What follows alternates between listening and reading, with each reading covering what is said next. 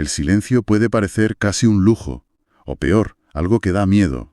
Totalmente. Hoy vamos a sumergirnos en un texto muy, muy personal, muy intenso. Y no es un ensayo académico para nada. Es el testimonio de una vida que viaja desde un trauma muy profundo hasta una forma de plenitud espiritual. Sí. Y la misión que nos proponemos es entender un viaje casi imposible. O sea, cómo una persona pasa de la desolación de una infancia industrial, una juventud medicada, a encontrar un sentido profundo a través de la naturaleza y precisamente del silencio. Uf. Y nos vamos a meter en temas potentes, ¿eh? Desde por qué la psicología tradicional, digamos, no le funcionó, hasta una crítica demoledora a ciertas ideas espirituales que están muy de moda, para terminar con una defensa pues muy filosófica de la trascendencia. Es que es un texto fascinante porque es un choque de trenes. Por un lado tienes una experiencia personal, casi mística, contada desde las entrañas. Sí, Y por otro, un argumento que se presenta como lógico, muy riguroso, contra lo que él llama pseudociencia. Es un intento de dar sentido a una certeza interior, pero sin caer en lo que el propio autor considera, trampas del pensamiento. Un viaje de lo visceral a lo intelectual. pues vamos a empezar por lo visceral, porque la historia arranca con una infancia que el narrador describe con una sola palabra: terrible. Ya. Y los detalles son duros. Su padre muere en circunstancias dramáticas cuando él solo tiene 3 años, y a partir de ahí siente que lo arrancan de sus raíces. Lo dejan con una tira en Almería, mientras el resto de la familia se traslada a Elche. ¡Qué palo! Cuando por fin llega a Elche, el panorama no mejora. Se describe como un niño rebelde, inadaptado, marcado por la soledad, la violencia en el colegio, Claro. y el ambiente en casa es desolador. Una madre endurecida por el trabajo, por la culpa, sin celebraciones, sin alegrías. Hay una frase que se te clava, ¿eh? En mi casa siempre estábamos de luto. Uf. Dice que el único respiro que tenía eran los payasos de la tele. Es que esa frase inicial del texto donde habla de una sociedad científicamente muy avanzada, pero psicológicamente muy empobrecida, Sí, cobra todo el sentido aquí. Su historia personal es un microcosmos de eso. Es el ejemplo extremo de esa desconexión, de ese aislamiento que el texto critica a nivel social. Él no era un niño problemático, era el síntoma de un entorno enfermo. totalmente. Y esa enfermedad del entorno se vuelve asfixiante cuando entra en el mundo laboral. Con 14 años. Ya está en fábricas de calzado. 14 años. Y describe unas jornadas que hoy nos parecerían inhumanas. De 8 de la mañana a 10 de la noche, casi sin pausa. El efecto que esto tiene en él es devastador. Cito textualmente: el estrés de la cadena de montaje me trituraba por dentro. Madre mía. Llega un punto en que el sistema lo rompe. A los 17 años sufre una crisis total, una angustia insoportable. Y claro, sigue el camino estándar: médico, neurólogo y al final pastillas para la ansiedad. Lo esperable. Pero lo interesante es su reacción. Le ofrecen psicólogos, psiquiatras, la solución oficial, y la rechaza de plano. ¿Qué hay detrás de esa negativa? ¿Es orgullo o es algo más profundo? Se veía a sí mismo, y esta es su descripción, como un alma sensible atrapada en un entorno que la destruía. Fíjate. Y esto plantea una cuestión importantísima, ¿no? ¿Hasta qué punto el malestar psicológico es una patología individual, un desequilibrio químico que hay que medicar, frente a una respuesta lógica y sana a un entorno tóxico? Claro. Para él, el veneno no era su sensibilidad, era la productividad feroz de las fábricas. La solución, por tanto, no era medicar el alma, sino escapar del veneno. O sea que su instinto le decía que la enfermedad no estaba en él, sino fuera. Exacto. Y es que ese escape llega, y es el gran punto de inflexión de su vida. Describe cómo algo, que él hoy llama un regalo de Dios, le puso delante un trabajo que lo cambió todo. Y me encanta que diga que no lo buscó, que simplemente apareció. Sí, eso es muy bueno. El cambio es de 180 grados. Pasa del ruido ensordecedor de la fábrica a convertirse en palmerero. Palmerero. Sus tareas ahora son subir a las palmeras, cortar la palma blanca, recoger dátiles. El entorno es el opuesto radical. Los huertos de Elche, que son patrimonio de la humanidad. ¡Una pasada! Y el resultado es inmediato y absoluto. Desapareció la ansiedad, la angustia, el ahogo interior. La naturaleza, dice, le devolvió la paz que la fábrica le había robado. Es que es increíble. Lo que me parece increíble de esta parte es que la curación no es mental. No hay terapia, no hay un hablar de sus problemas. Es puramente físico. Cambia el ruido de la fábrica por el silencio de las palmeras y se cura. Eso choca frontalmente con gran parte de la psicología moderna, ¿verdad? Totalmente. Sugiere que a veces subestimamos el poder inmenso, sanador o destructivo que tiene el entorno físico y laboral. Ya. Los enfoques puramente psicológicos tienden a centrarse en la mente del individuo, en sus patrones de pensamiento, en su pasado. Pero aquí la cura no vino de analizar el trauma, sino de sacar al individuo de la fuente del trauma. Claro. Fue una solución ambiental, no introspectiva. A veces, la terapia más efectiva es cambiar de paisaje. Y ese cambio funciona. Pero lo que me llama la atención es que una vez que soluciona el problema de la ansiedad, se encuentra con un problema aún mayor, ¿no es así? Exacto. Solucionado lo urgente, aparece lo importante. Lo describe como un vacío existencial inmenso. Uf. Ya no sentía angustia, pero sentía nada. Tenía pareja, amigos, fiestas, viajes, todo lo que se supone que debe llenarte.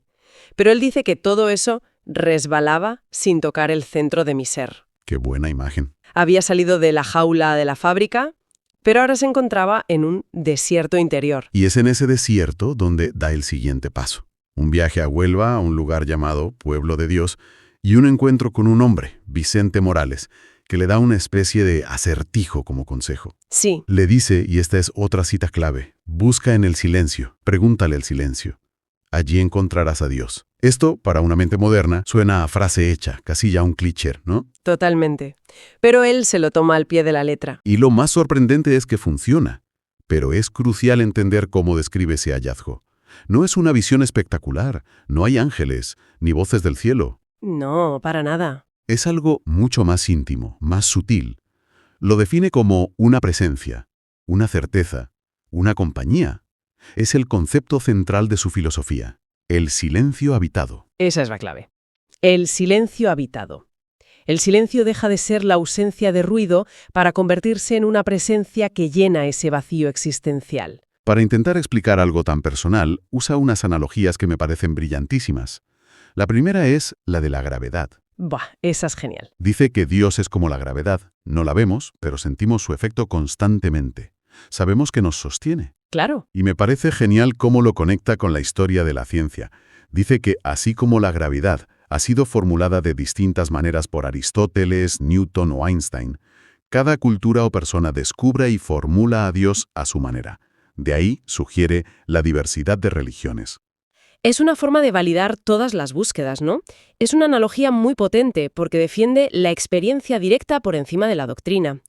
No te dice qué es Dios, sino cómo se siente. ¿Exacto? Y la refuerza con otra analogía, la de la mesa. La ciencia nos dice que esta mesa que tenemos delante es, en su mayor parte, espacio vacío y un entramado de fuerzas. Sí. Sin embargo, nuestros sentidos, nuestro cerebro, la interpretan como algo sólido, real, indiscutible. La percibimos de forma limitada, pero nadie dudaría de su existencia. Y él argumenta que con Dios ocurre lo mismo. La percepción humana puede ser limitada, pero eso no la hace menos real para quien la experimenta. Es una defensa a ultranza de la intuición como una forma válida de conocimiento. Su argumento final es casi un desafío. Nadie puede decirme que no siento a Dios, porque lo siento. Ya está. Es simple y, desde su perspectiva, irrefutable. Exacto. Es una afirmación radical de la experiencia subjetiva como fuente de verdad. Y es la base sobre la que va a construir todo lo demás. Entiendo su base. Una certeza personal, intuitiva. Pero es curioso porque muchas corrientes espirituales modernas parten de una premisa similar. ¿Cómo diferencia él su experiencia de lo que hoy se conoce como New Age o misticismo cuántico? ¿Los agrupa o los rechaza? Lo rechaza, de forma frontal y absoluta. Aquí es donde el texto da un giro muy crítico y se vuelve combativo. Una vez que ha establecido su certeza intuitiva, se lanza a desmontar lo que él considera el fraude intelectual del misticismo cuántico. Vaya. No tiene piedad. Vale. Misticismo cuántico es uno de esos términos que suenan muy profundos. Para quienes no somos físicos, ¿podrías explicar en términos sencillos por qué, según el texto, aplicar la física cuántica a la conciencia es como intentar usar las reglas del fútbol para explicar el ajedrez? Es una buena analogía. El argumento del texto es que se trata de un error de categoría fundamental. La física cuántica describe el comportamiento de la materia a una escala diminuta, subatómica, y en condiciones muy específicas de aislamiento, de frío. Ya. El cerebro, en cambio, es un entorno macroscópico. Es cálido, húmedo, caótico. El texto menciona un concepto técnico, la de coherencia cuántica, que básicamente significa que cualquier estado cuántico delicado en un entorno como el cerebro se desvanecería en una fracción de segundo. O sea, imposible. Sería como intentar construir un castillo de naipes en medio de un huracán. Simplemente no puede sostener algo tan complejo y estable como la consciencia. O sea que científicamente no se sostiene, y el texto va más allá, ¿no? Critica hipótesis concretas. Sí, va por nombres y apellidos. Califica ideas como la reducción objetiva orquestada, que propone que la consciencia reside en unas estructuras celulares llamadas microtúbulos, como pura especulación sin base empírica. Entiendo. Y es especialmente duro con el lenguaje que se usa en estos círculos. Dice que hablar de energía o vibraciones en un sentido espiritual son metáforas vacías, palabras que suenan científicas, pero que no significan nada concreto. Pero si según él es un fraude intelectual, ¿por qué tiene tanto éxito? ¿Por qué estos libros venden millones? El texto lo atribuye a lo que llama marketing emocional. Su análisis es que la industria editorial explota el miedo más profundo y universal que tenemos, el miedo a la muerte. Claro. Y vende lo que describe como soluciones de comida rápida para las grandes preguntas existenciales. Es una crítica muy dura. Según esta visión, es mucho más fácil y cómodo creer en una especie de consciencia cuántica mágica que te promete la inmortalidad que afrontar de verdad la propia finitud y hacer un trabajo espiritual serio. Así que lo ve como un atajo emocional, casi como una droga. Lo llama, de hecho, un sedante intelectual. ¿Eso es? Una forma de apagar el pensamiento crítico a cambio de un consuelo inmediato. Exactamente. Un consuelo que, según él, es una ilusión peligrosa porque te impide hacer el verdadero trabajo. Vale. Entonces, si rechaza de plano la pseudociencia y el misticismo cuántico, ¿en qué basa su propia convicción en la trascendencia? No puede ser solo un «confía en mi intuición». ¿Cuál es su andamiaje lógico? Aquí es donde presenta su argumento final, el que él mismo califica de lógico y riguroso, y parte de una observación muy simple de la naturaleza. A ver. La naturaleza, dice, es un sistema de conservación. La materia se transforma, no se destruye, la energía se conserva, y la información biológica, a través de la evolución, tiende a organizarse en niveles de complejidad cada vez mayores. De acuerdo. Partiendo de esa premisa, argumenta que sería una anomalía física, una contradicción con todo lo que observamos en el cosmos, que el alma, a la que define como el fenómeno más organizado del cosmos, fuera lo único en todo el universo que simplemente se desvanece en la nada. Es darle la vuelta a la carga de la prueba. En lugar de pedir pruebas de que el alma existe, él pide pruebas de por qué sería la única cosa en el universo que se desvanece sin más. Es un argumento por coherencia. Precisamente. No es una prueba empírica, es un argumento filosófico basado en la coherencia del sistema natural. Si todo se conserva y se complejiza, ¿por qué la cumbre de esa complejidad iba a ser el único fenómeno desechable? Y lo más interesante es que esta visión tiene unas implicaciones éticas muy exigentes. No es un mensaje de consuelo pasivo. Nada de eso. Si su argumento es correcto, la trascendencia no es un regalo pasivo, ni un túnel de luz que nos espera a todos por igual. ¿Ah, no? Si somos información organizada, dice el texto, tenemos la responsabilidad activa de convertirnos en datos de valor. La trascendencia no es algo que se recibe, es algo que se construye en vida con disciplina, el intelecto y la rectitud. Uf, eso es. Una responsabilidad enorme. La idea de que tienes que ganarte la trascendencia, que no es un regalo, es a la vez inspiradora y aterradora. Desde luego. Contrasta de forma brutal con el consuelo barato que criticaba antes. Es el polo opuesto. Esta postura exige lo que él llama un esfuerzo vital agotador. La meta no es esperar pasivamente la salvación, sino construir activamente una identidad, una conciencia tan sólida, tan compleja, tan valiosa, que su aniquilación resulte una contradicción para la lógica universal. Es una idea potentísima. Mucho. Y para rematar, lanza una última reflexión sobre la ciencia. Dice que la ciencia empírica, la que puede medir en un laboratorio, solo abarca un 5% de la existencia. El 95% restante, dice, son construcciones sociales, como el dinero, el éxito, las naciones, ilusorias en un sentido físico, pero absolutamente necesarias para vivir. Entonces, si intentamos unir todas las piezas, hemos recorrido un viaje increíble. Empezamos con la herida personal, muy física, de un niño en una fábrica. Sí. Y terminamos con un argumento filosófico sobre la naturaleza de la información en el cosmos. Es un camino de la angustia a la paz. Una paz encontrada en el silencio y la naturaleza, pero que se fundamenta no en fe ciega ni en pseudociencia, sino en una experiencia directa y un marco intelectual increíblemente exigente. La dualidad central del texto es esa. Por un lado, tienes la certeza absoluta de la intuición, ese lo sé porque mi intuición interior lo capta. Es una afirmación radical de la validez de la experiencia subjetiva. Ajá. Pero, por otro lado, hay un rechazo total a las respuestas fáciles y a los atajos intelectuales. En su lugar, propone un camino de esfuerzo, de responsabilidad personal y de construcción activa para, como has dicho, ganarse la trascendencia. No hay atajos en su mapa. El texto nos deja con una idea final muy desafiante, que la permanencia no es un derecho, sino el resultado de construir una vida cuya información sea tan profunda, tan coherente, que la propia nada no pueda reclamarla. Y eso nos lleva a una pregunta para la reflexión. Si aceptamos por un momento esa premisa, que nuestra vida es un conjunto de datos que aportamos al universo, ¿estamos generando una información valiosa, compleja y coherente, o simplemente estamos generando ruido destinado a desaparecer? Si alguien busca aquí consuelo fácil o túneles de luz, este no es su sitio. Para nada. Es todo lo contrario.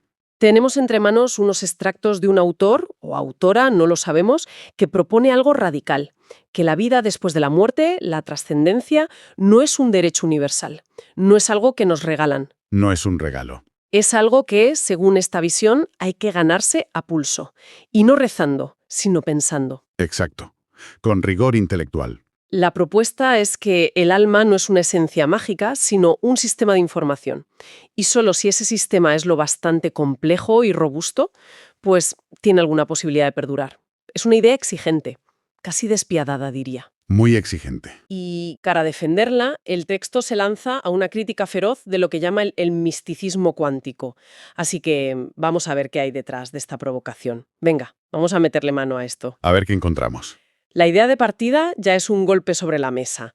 El texto afirma que su creencia en la trascendencia no se basa en la fe, No. sino en la lógica pura y dura, casi en la biología.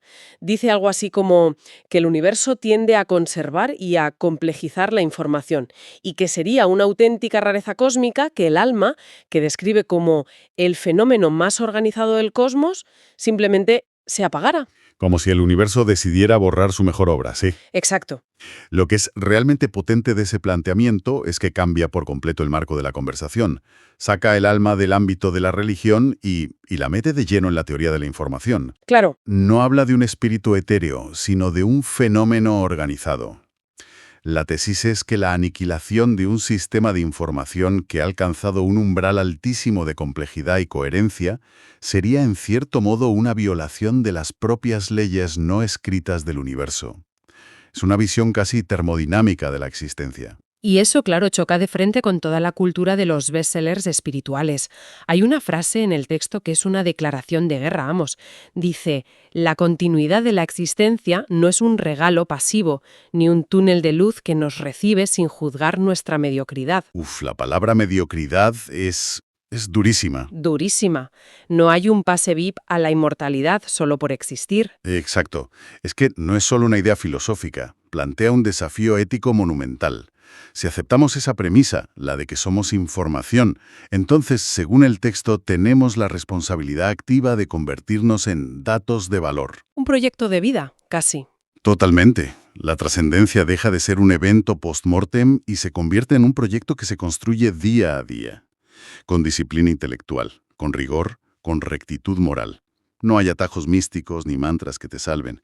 Es una construcción, no una revelación. Es como si la vida fuera un examen de acceso a la permanencia. Y aquí es donde el texto saca el lanzallamas, porque para construir algo sólido, primero hay que demoler lo que nos sirve, y dedica una parte muy, muy dura a lo que llama misticismo cuántico. Sí. Lo define, y cito, como una de las formas más sofisticadas de pseudociencia contemporánea. Y no se queda en el titular, va directo a la yugular con argumentos. La crítica principal es que comete un error de categoría garrafal. Se apropia de la terminología de la física cuántica, conceptos como el entrelazamiento, la superposición, y los aplica donde no debe. Es como si yo usara terminología de neurocirugía para explicar por qué me gusta más el chocolate que la vainilla. Precisamente, Suena muy impresionante, pero es un disparate. esa es la analogía perfecta. Los fenómenos cuánticos, explica el texto, son increíblemente frágiles. Ocurren a escalas subatómicas y en condiciones de laboratorio muy específicas. Aislamiento, temperaturas bajísimas. Eso es. Aislamiento extremo, temperaturas cercanas al cero absoluto. Intentar extrapolar eso al entorno que el texto describe como cálido y húmedo del cerebro humano es, desde un punto de vista científico, un sinsentido. Son dos universos con reglas de juego incompatibles. O sea que, para que nos entendamos, el texto dice que nuestro cerebro es un entorno demasiado caótico y caliente para que esos efectos cuánticos tan delicados puedan sobrevivir ni un instante. Ni una billonésima de segundo. El texto menciona el obstáculo que considera insalvable, la de coherencia cuántica. Suena muy técnico. Lo es, pero la idea es simple. Cualquier estado cuántico que pudiera hipotéticamente formarse en una neurona colapsaría de forma casi instantánea, por el simple hecho de estar a 37 grados y rodeado de miles de millones de otras moléculas vibrando. La física real, según esta fuente, lo hace imposible. O sea que no podría sostener algo tan estable como la consciencia. Ni de lejos, ni por un parpadeo. Y también apunta a teorías concretas, ¿no? No es solo una crítica en abstracto. Menciona, por ejemplo, la idea de la reducción objetiva orquestada, la de Penrose y Hameroff. Sí, la que sitúa la conciencia en los microtúbulos de las neuronas. Esa misma. Y el veredicto es demoledor. La llama teología disfrazada de física. Argumenta que, a día de hoy, no existe ni una sola prueba empírica de que en el cerebro ocurran procesos cuánticos coherentes a esa escala. Y critica duramente el uso de palabras como energía o vibración en ese contexto. Claro. Son palabras que suenan bien. Suenan bien, evocan algo profundo, pero en realidad están vacías de contenido científico predictivo. No explican nada, son metáforas. Entonces, la lógica de lo que el texto llama la farsa es muy perversa. Se basa en una doble ignorancia, ¿no? La mayoría de la gente no entiende cómo funciona la conciencia, que es un misterio. ¿Cierto? Y tampoco entiende la física cuántica, que es otro misterio. Así que es muy fácil trazar una línea entre los dos misterios y decir, ajá, deben ser lo mismo. Es un argumento por ignorancia mutua. Como no sé A y no sé B, A debe ser B. El texto sostiene que es un atajo intelectual muy seductor, pero sin ninguna base. ¿Vale? Si los argumentos científicos en contra son tan demoledores como los pinta el texto, la pregunta del millón es evidente. ¿Por qué triunfa? Exacto. ¿Por qué triunfa tanto esta idea? ¿Por qué los libros sobre conciencia cuántica y espiritualidad se venden por millones? Ahí está la clave. El texto lo atribuye no a un triunfo del conocimiento, sino del marketing emocional. Sostiene que hay una industria editorial gigantesca que explota de forma muy eficaz nuestro miedo más profundo, el miedo a la aniquilación, a la muerte. Y lo que hacen es empaquetar nuestro deseo más antiguo, el de la inmortalidad, bajo un barniz de ciencia que le da credibilidad. Justo. Es una oferta irresistible. Te quita el miedo a la muerte y, de paso, te hace sentir que entiendes de física punta. Es un 2x1 existencial. Exacto. El texto lo llama soluciones de comida rápida para las grandes preguntas existenciales. Es mucho más cómodo y gratificante creer que tu conciencia es parte de un campo cuántico universal, algo que no te exige ningún esfuerzo, que afrontar la dura tarea de entender la neurología, la biología o simplemente la propia finitud. Es un atajo, pero es un atajo que te deja en el mismo sitio, ¿no? Esa es la crítica de fondo. Te da un consuelo momentáneo, pero no te hace crecer. Peor aún, el texto lo describe como un sedante intelectual, un calmante que desactiva el pensamiento crítico. Y es interesante, porque no solo culpa al público por buscar respuestas fáciles, también señala a ciertos científicos y divulgadores que, a menudo en medios sensacionalistas, actúan como facilitadores de este autoengaño. Ah, claro. Prestan su autoridad. Prestan su autoridad, sus credenciales, para que la gente pueda creer en estas ideas sin culpa. Le dan la coartada perfecta. No lo digo yo, lo dice un físico con un doctorado. Y ya con eso te quedas tranquila. Le dan el sello de aprobación que el consumidor necesita para no sentirse un ingenuo. Al final, la conclusión del texto es bastante desoladora. Dice que estas narrativas no iluminan, sino que nos mantienen en una complacencia infantil. Uf, Nos permiten seguir ajustando la realidad a nuestros deseos, porque la verdad científica, tal y como la presenta, es demasiado fría para ser rentable. es una crítica brutal tanto al mercado como a nosotros como consumidores. Totalmente. Después de toda esta demolición, de esta crítica tan feroz al consuelo fácil, ¿qué nos queda? ¿El texto ofrece alguna esperanza o es simplemente un ejercicio de nihilismo intelectual? Sí, propone algo, pero lo que propone es lo contrario a un consuelo. Lo llama una apuesta difícil. Es la única alternativa que deja sobre la mesa. A ver, La idea es que, si quieres tener una oportunidad de perdurar, tienes que dedicar tu vida entera a construir una identidad, un sistema de información personal, que sea tan denso, tan coherente y tan valioso que su desaparición completa se convierta en una contradicción para la lógica del universo. hay una analogía que usa el texto que me pareció genial. Dice que es como intentar escribir un libro tan bueno, tan perfecto, que al universo le diera pena quemarlo. Esa imagen lo resume todo. Es asumir que no hay nada garantizado, que la permanencia hay que ganársela línea a línea, pensamiento a pensamiento, acto a acto. Construir algo tan sólido que la entropía, el olvido, el caos, no pueda con ello. La frase final de los extractos que tenemos es abrumadora. Dice: la permanencia no es un derecho de nacimiento, sino el resultado de una vida vivida con una profundidad que la nada no pueda reclamar. Es que esa frase... Te pone todo el peso del universo sobre los hombros, no hay red de seguridad. Es que esa es la idea central. Es la antítesis del atajo emocional. No hay salvación que venga de fuera. No hay un campo cuántico que te recoja. Solo hay construcción interna. Nos obliga a vivir con una presión constante, pero quizá también con un propósito increíble. La conciencia de que nada de lo que hacemos es indiferente. Cada decisión cuenta. Cada decisión, cada libro que leemos, cada conversación, cada dilema moral que resolvemos, todo eso contribuye a la solidez de esa estructura de información que somos. O la debilita. O a la debilita, exacto. Es el camino más largo y difícil posible. Un camino que desprecia activamente el consuelo fácil. Hoy hemos explorado dos caminos totalmente opuestos que nos plantea este texto. Por un lado, el del consuelo rápido, el atajo emocional del misticismo cuántico, que, según el autor, nos vende una inmortalidad barata a cambio de nuestro rigor intelectual.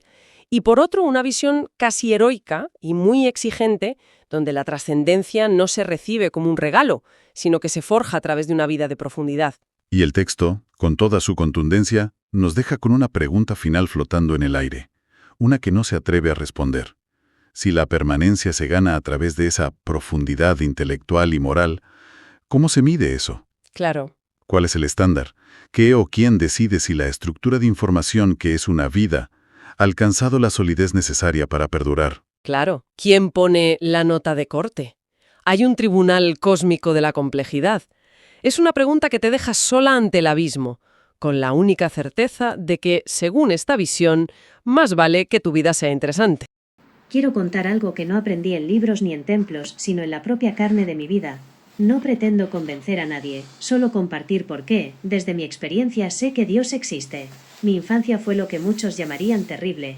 Mi padre murió en circunstancias dramáticas cuando yo apenas tenía 3 años. A esa edad lo perdí todo: familia, hogar, estabilidad. Mientras mi familia se mudaba a Elche, yo fui dejado en Almería con una tía sin hijos. Crecí con la sensación de haber sido arrancado de mis raíces antes incluso de entender qué eran. Cuando finalmente me llevaron a Elche, ya era un niño rebelde, marcado por la soledad. Aquellos años de franquismo no fueron fáciles. Primero estuve solo en casa, luego me convertí en un niño inadaptado, envuelto en violencia escolar y callejera. Lo que muchos vivieron sí, pero con una diferencia: yo no tenía el apoyo de una familia.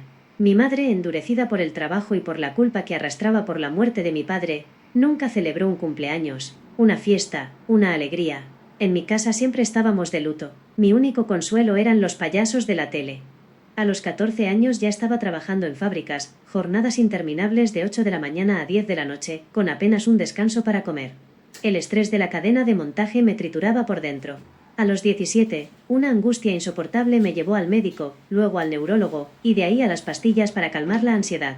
Me recomendaron psicólogos y psiquiatras, pero yo me negué. No estaba loco. Solo era un alma sensible atrapada en un entorno que la destruía. Mi sensibilidad no encajaba con la productividad feroz de las fábricas de calzado de Elche. Cada día me sentía más roto. No había esperanza. Pero la vida, o lo que hoy sé que fue un regalo de Dios, me puso delante un trabajo que lo cambió todo. No lo busqué yo, simplemente apareció. Y con él desapareció la ansiedad, la angustia, el ahogo interior. Me convertí en palmerero. Me pagaban por subirme a las palmeras, cortar palma blanca, recoger dátiles, trabajar entre huertos que son patrimonio de la humanidad.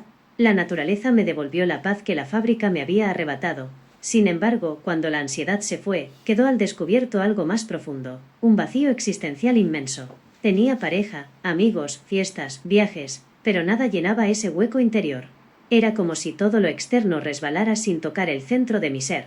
Un día, 2 parejas amigas y yo fuimos a Huelva, a un lugar llamado Pueblo de Dios. Allí conocí a un hombre llamado Vicente Morales. Me dijo algo que marcó mi vida: busca en el silencio. Yo no te voy a decir nada.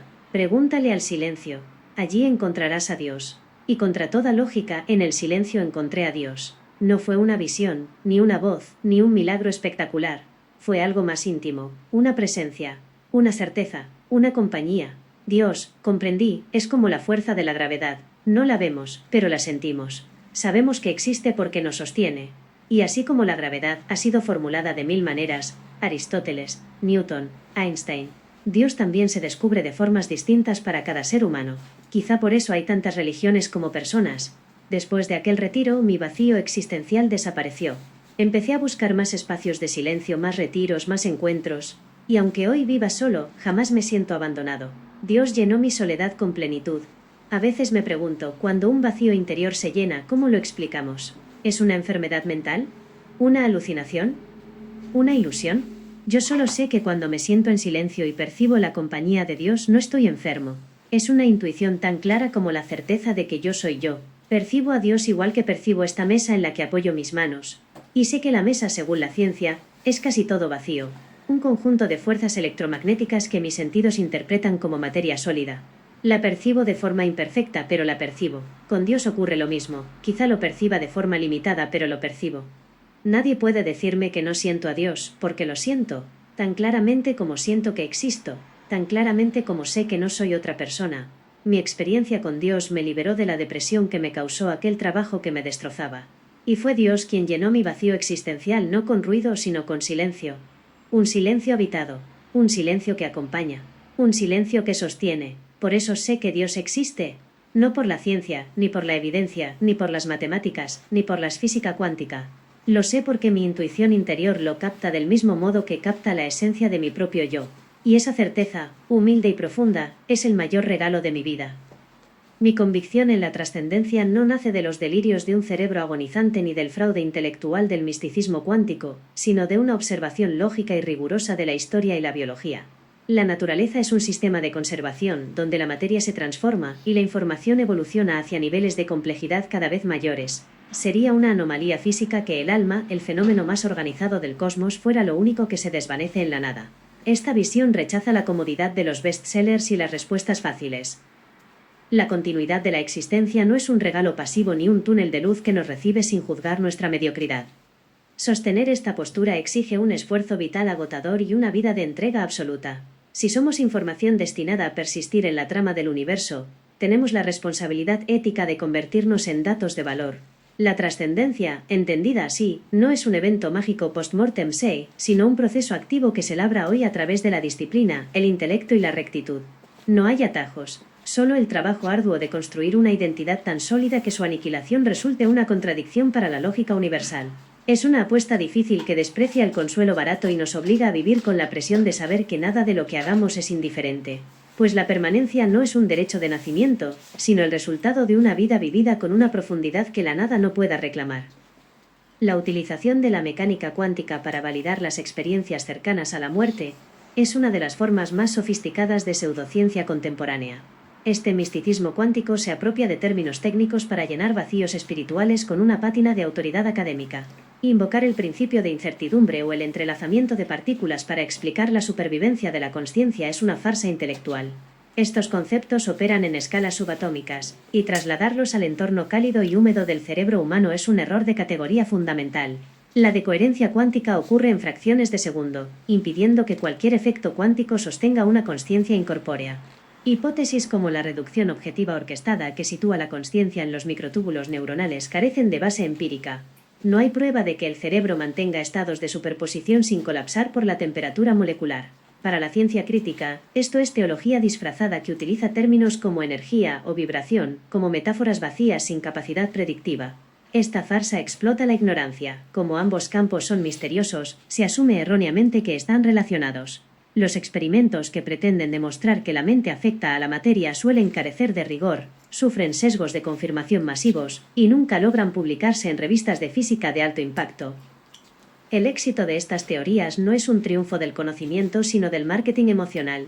La industria editorial explota el miedo a la muerte empaquetando deseos de inmortalidad bajo un barniz científico falso. Los millones de libros vendidos revelan un hambre de respuestas fáciles que evitan el esfuerzo intelectual de comprender la biología. Es más sencillo creer en una consciencia cuántica mágica que enfrentar nuestra finitud. Esta narrativa ofrece un atajo emocional donde el rigor se sacrifica en el altar del consuelo, desactivando el pensamiento crítico a cambio de un sedante intelectual. Esta popularidad muestra una sociedad que busca soluciones de comida rápida para las grandes preguntas existenciales. Se acepta la farsa porque es barata y no cuestiona nuestras creencias. Científicos que actúan como facilitadores en medios sensacionalistas proporcionan la autoridad necesaria para que el consumidor se autoengañe sin culpa. Al final, estos relatos no iluminan la mente, sino que la mantienen en una complacencia infantil, ajustando la realidad a nuestros deseos simplemente porque la verdad científica resulta demasiado fría para ser rentable. Tenemos unos extractos de un texto que, primero, demuele sin piedad una idea muy popular, y luego, sobre esas cenizas construye algo increíblemente exigente. Sí, es una propuesta muy, muy radical. El material es muy directo, ¿eh? Por un lado, ataca frontalmente lo que llama misticismo cuántico, Sin pelos en la lengua. y por otro, propone una visión de la permanencia de la conciencia que no se basa en la fe. Se basa, dice, en la biología y en la lógica. Así que nuestra misión hoy es doble. Primero, entender por qué el autor lo llama fraude intelectual, un fraude, y luego analizar su alternativa, que es una propuesta que, ya lo verán, cambia las reglas del juego. Vamos a ello. Empecemos por la parte dura. El texto no se anda con rodeos, califica el misticismo cuántico de fraude intelectual y directamente de farsa. Son palabras mayores, ¿sí? Claro, es un ataque directo a un montón de libros, de documentales, de superventas. ¿A qué se refiere exactamente con una acusación tan grave? Pues a ver, la acusación se centra en lo que el autor llama una apropiación indebida. ¿Apropiación de qué? De conceptos. Sostiene que se cogen ideas muy complejas de la física cuántica, como el principio de incertidumbre, el entrelazamiento, Términos que a todos nos suenan. claro, y se sacan por completo de su contexto, del mundo subatómico. Según el texto, el único fin es dar un barniz de credibilidad científica a ideas que son, en el fondo, puramente espirituales. O sea, usar la jerga para impresionar. Exacto. Es como usar la terminología de la neurocirugía para venderte un champú.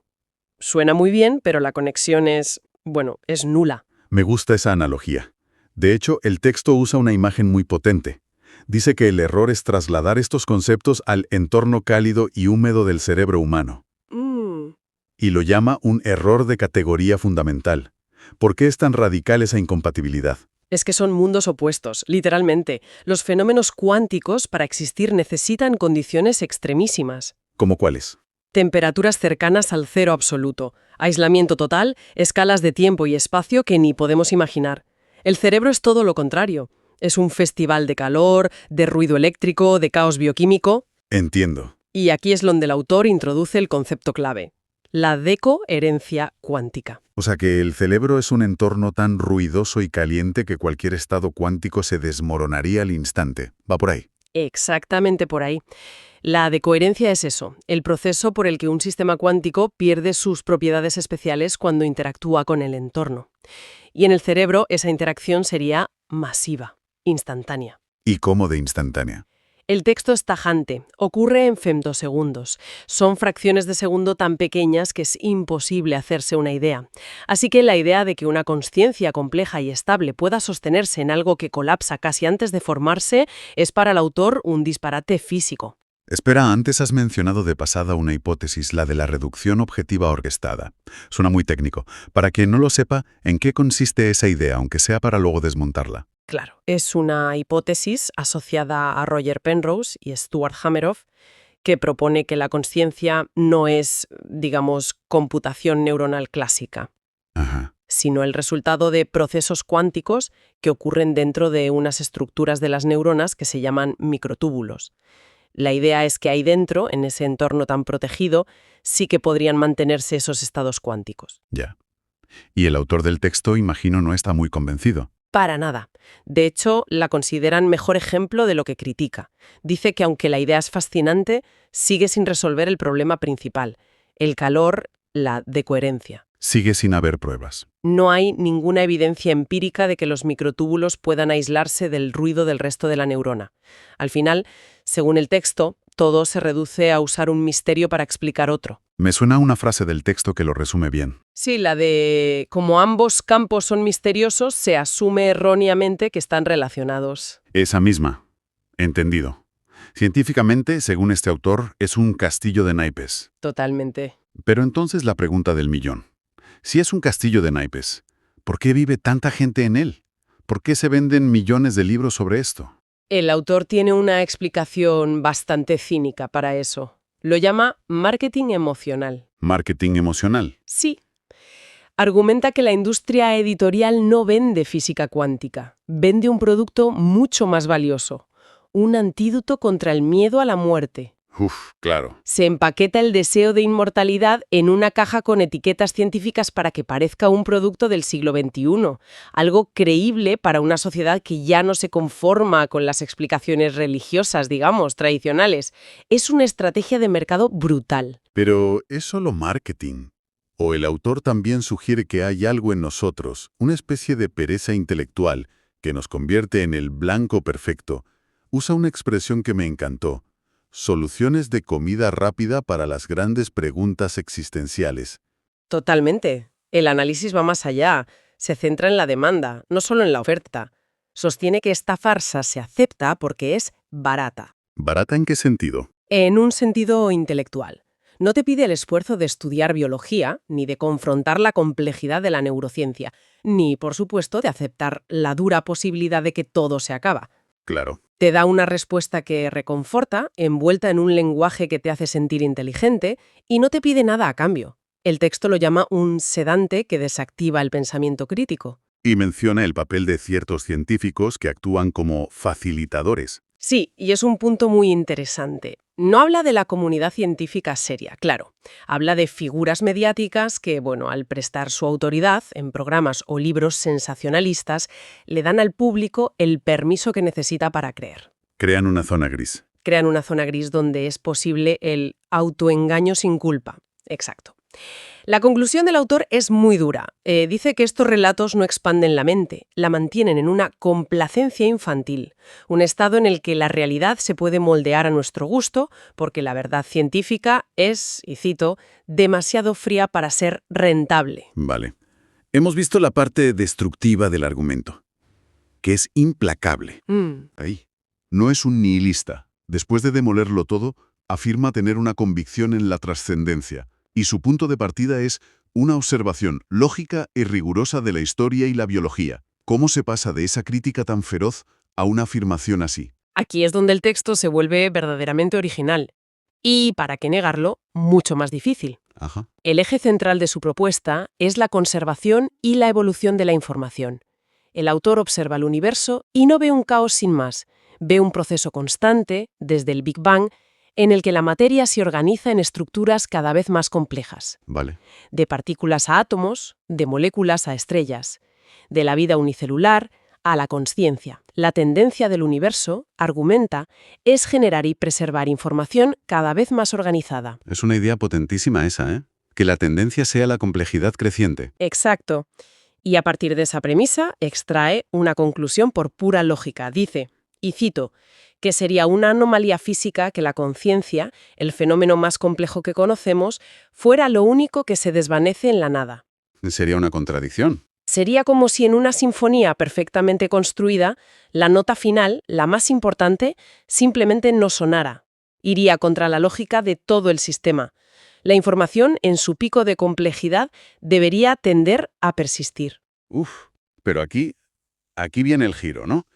Porque inmediatamente después, el autor pone una condición que lo cambia todo. Mm, Cito de nuevo.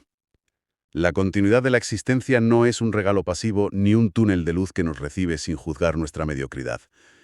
Esta frase es un puñetazo en la mesa. Es el corazón de toda su propuesta. Es el pilar ético. Si aceptamos que somos información destinada a persistir, se deriva una consecuencia inevitable y terrible. ¿Cuál? Tenemos la responsabilidad ética de convertirnos en datos de valor. La trascendencia deja de ser un evento post-mortem garantizado para todos, se convierte en un proyecto de vida, en un proceso activo que se construye día a día. ¿Y qué significa exactamente convertirse en datos de valor? Porque suena muy abstracto. El autor lo desglosa un poco. No se trata de acumular fama o riqueza, obviamente. Se trata de forjar una identidad, una conciencia de una calidad excepcional. ¿Calidad en qué sentido? Pues habla de una vida dedicada al desarrollo del intelecto, a la rectitud moral, a la creación, sea de belleza, de conocimiento, a la profundidad emocional. Entiendo. Se trata de construir una estructura de información personal tan rica, tan coherente y tan sólida que su aniquilación total resulte una contradicción para la lógica universal. Es como si tuvieras que hacerte tan interesante para el cosmos que borrarte fuera un desperdicio. Un desperdicio de información de primer orden. Justo eso. Es que es una presión brutal. Vivir pensando que cada acto, cada pensamiento, cada libro que lees o dejas de leer, está construyendo o destruyendo tu billete a la permanencia. Es agotador. Lo es. Y el autor lo admite. Usa frases como un esfuerzo vital agotador y recalca que no hay atajos. Claro. Es que desprecia los atajos. Es una visión profundamente aristocrática de la supervivencia, pero no en un sentido social. Sino de mérito. De mérito, exacto. No todos llegan. No es un derecho de nacimiento. Es el resultado, la consecuencia casi física, de una vida vivida con una profundidad que la nada no pueda reclamar. Es una apuesta. Una apuesta muy difícil. Muy difícil, como dice el texto, que desprecia el consuelo barato. Te obliga a vivir con la conciencia de que nada de lo que haces es indiferente. Cada decisión, cada momento de pereza o de esfuerzo suma o resta en la ecuación final de tu persistencia. Así que, resumiendo, tenemos dos modelos totalmente enfrentados. Por un lado, el del consuelo fácil, una especie de pasaporte universal a la eternidad, sin requisitos, envuelto en pseudociencia. Y por otro, este modelo increíblemente exigente, una posibilidad de permanencia, no una certeza, que hay que ganarse a pulso, con una vida de máxima intensidad intelectual y moral. Exactamente. Y las implicaciones de esta segunda visión, si uno se la toma en serio, aunque sea como ejercicio mental, son enormes. Por ejemplo, Si la persistencia depende del valor de la información que somos, entonces cada acto de bondad, cada idea brillante, cada obra de arte, no son solo eventos pasajeros, se convierten en otra cosa. se convierten en la materia prima con la que tejemos nuestra posible continuidad en el gran tapiz del universo. Dejan de ser actos para uno mismo y se convierten en contribuciones a la biblioteca cósmica. Y esto nos deja con un pensamiento final, ¿no? Sí, nos deja con una reflexión. El texto presenta un cosmos donde el valor no se regala, se crea. Se forja a través del intelecto y la rectitud, Ajá. lo que nos lleva a una pregunta que va más allá de cualquier creencia y que es puramente práctica. Si nuestras acciones y nuestros pensamientos son los datos que aportamos al universo, si son nuestra verdadera obra, ¿cuál es el valor de la información que se está generando ahora mismo, en este preciso instante?